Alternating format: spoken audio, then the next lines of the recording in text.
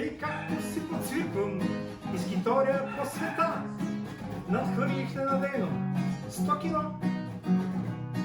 Шкембето заприличах на бременна жена, без никакви надежди да родя. Колко ли да попитам аз за някаква диета? Сетих се за моята билкарка Виолета. Тя кротко ме изслуша от края и до край и рече: шо не вземеш да отслабнеш чай? Китайски чай купи, си вика. Черен дракон вариш и пиеш сутрин, обед, вечер. Яко! В добавка си вземи и сок от бъс. И тук виж, отслабна твоя кръст. Закупих дракона и го сварих. И едва 3 литра наведнъж изпих. В добавка глътнах литър сок от бъс. И видимо нарасна моят кръст. Докато чакам резултати, съм заспал и сънувам драконка с мерки идеални.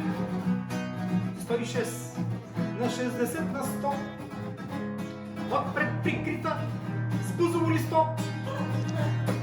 Ея ти, викам, странната диета. Изпил съм явно някакви ментета. Отслабвам главно на къл и ръст.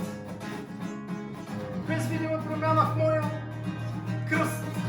Но както често в ежедневието става, Китай не трябва да се подценява. От 3 дни съм заключен в тоалета и вече знам, не са били ментета. Очи тъмнеят и глава се люшка. През чревния ми тракт е минала вихрушка. Сега си спомням за оня стар поет, цитиран от един любим братчет.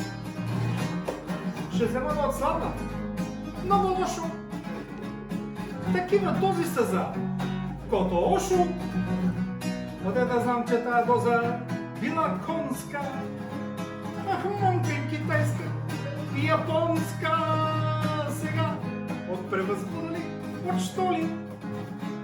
Наваксвам с чевермета и пържули. И често ме спохожда мисълта, че страшно ми отиват 100 кила.